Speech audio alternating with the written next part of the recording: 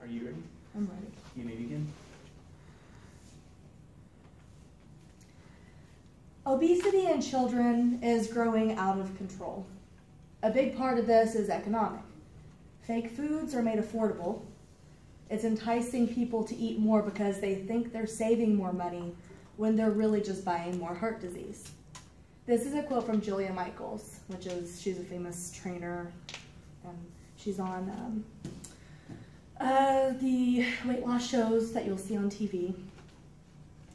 Today, I will talk to you about childhood obesity and why it's an ever-growing epidemic in the United States.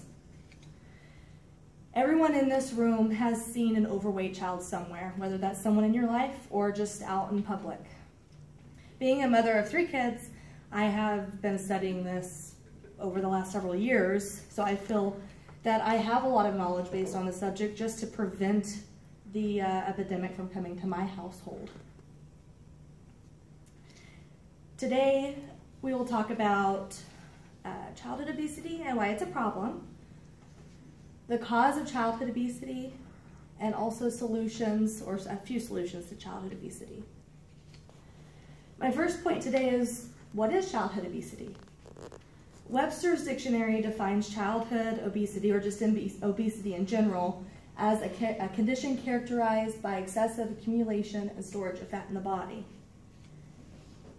According to the American Academy of Child and Adolescent Psychiatry, or also known as AACAP.org, childhood obesity is defined as being 10% higher in fat than what is recommended for that child's height or body type. We'll take a look at some of the statistics of childhood obesity, and this is all the United States. I didn't go anywhere outside of the world, mainly because we're one of the highest.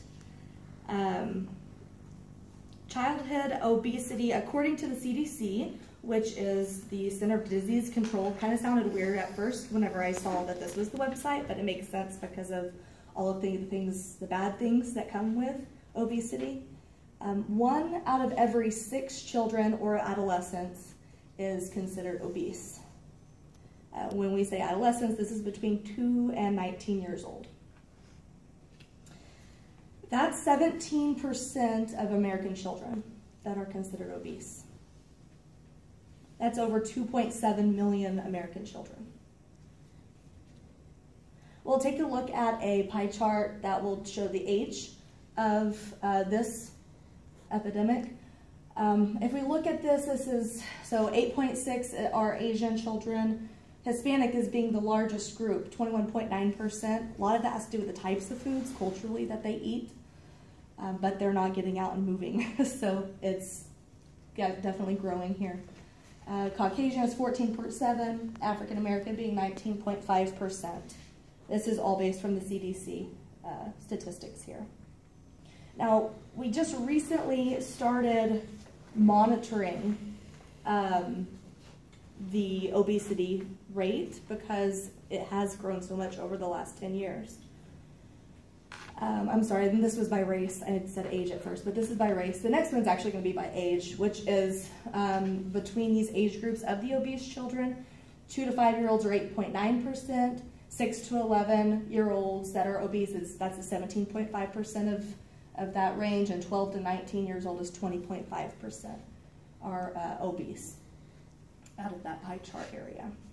Now it has gotten better over a few years because of the stricter guidelines and monitoring more things in school. The CDC states that 2 to 5-year-old age range has actually decreased from 13.9% in 2003 to 2004 to 9.4% in 2013 to 14. So within a 10-year period, it's gone down some. Low income tends to be the highest, based on the highest obesity rates for children. WIC recipients have a 14.5% of children are obese that are WIC recipients. So now that we've talked about childhood obesity and the statistics of it, this brings me to our second point, and that's the causes of childhood obesity. One of the biggest reasons, poor habits. Unhealthy, according to the AACAP.org, Unhealthy weight gain due to poor diet and lack of exercise is responsible for over 300,000 deaths each year. So this brings us to overeating or binge eating, lack of exercise, and buying cheap, quick, unhealthy foods are all causes of the poor habits. Some other causes would be medical conditions.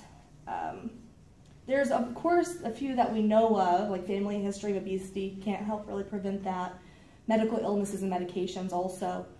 But some of the growing reasons would be stressful life events, more divorce, more death, mortality rate, peer pressure, peer problems, family issues, low self-esteem, and one of the biggest growing reasons would be depression among children. So now that we have talked about some of the causes, we will now talk about our third point and what's our solution.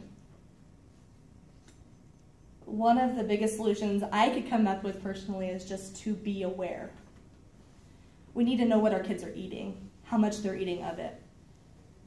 Are we sending money with them to school to buy junk food, or are we sending snacks with them to school if you have that option or that ability? Are their portions appropriate at home? Are we giving them enough food for a 7-year-old, or are we giving them enough food for a 30-year-old? Just be aware. Another solution would be to move. Turn off the TV, get up, and move. And we hear those commercials on the radio. They're becoming more because it is becoming such an epidemic in the United States. Benefits, it's free. Doesn't cost anything to get up and go outside with your kids. It creates a bond with your kids. You get to know them better, what they like, the things they're interested in. According to the mayoclinic.org, exercise helps prevent and improve a number of health problems, including high blood pressure, diabetes, and arthritis. Research on anxiety and depression and exercise shows that psychological and physical benefits of exercise can also help reduce anxiety and mood.